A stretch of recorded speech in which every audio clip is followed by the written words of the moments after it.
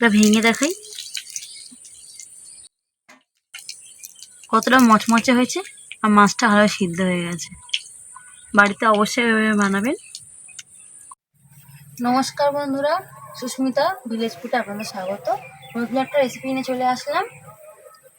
Lotto মাছের পকোড়া বানাবো। তার জন্য আমি লোটো মাছ কেটে ধুয়ে পরিষ্কার করে রেখে দিয়েছি। স্বাদ মতো নুন দিয়ে দিলাম, সামান্য হলুদ গুঁড়ো, সামান্য লঙ্কা গুঁড়ো, সামান্য গোলমরিচ গুঁড়ো, 1 খাদি লেবুর রস,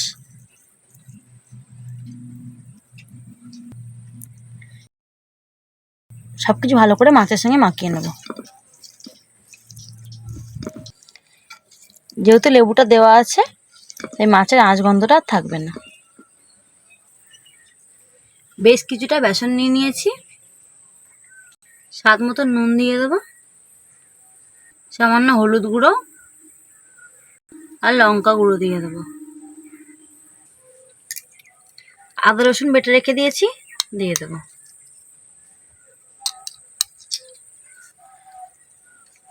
ভালো করে মিশিয়ে নেব।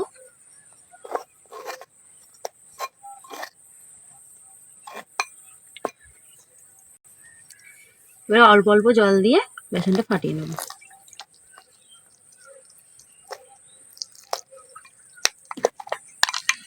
ভালো করে বেসনটা ফাটিয়ে নিতে হবে। আমি এখানে খাওয়ার সোডা দিইনি, আপনারা চাইলে খাওয়ার সোডা দিতে পারেন।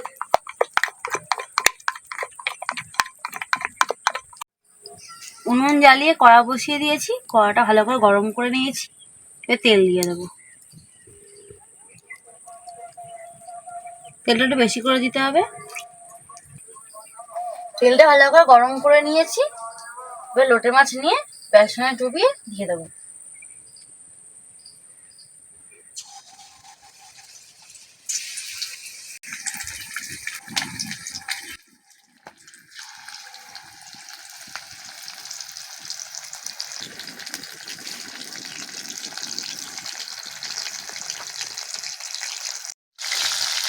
মাছগুলো আস্তে আস্তে উল্টিয়ে দেবো।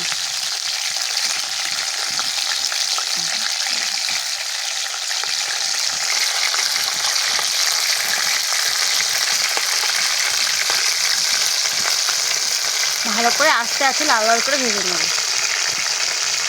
অবশ্যই জালটা একটু আস্তে দেবেন, নাহলে মাছটা কিন্তু সিদ্ধ হবে না। ভালো করে লাল লাল করে ভেজে নিয়েছি আর তুলে নেব। তেলটা একটু ঝরিয়ে নেব। দেখুন কত সুন্দর দেখতে হয়েছে। আর মাছের গায়ে কিন্তু কোটিনটা খুবই পাতলা, তাই খেতেও খুব ভালো লাগবে। এবার একে একে সবগুলো ভেজে নেব। অবশ্যই জালটা কিন্তু একটু আস্তে দেবে।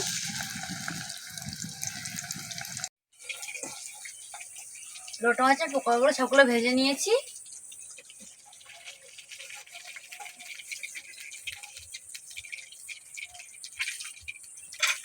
আপনাদেরকে একটা দেখাই কত সুন্দর হয়েছে। এটা ভেঙে দেখাই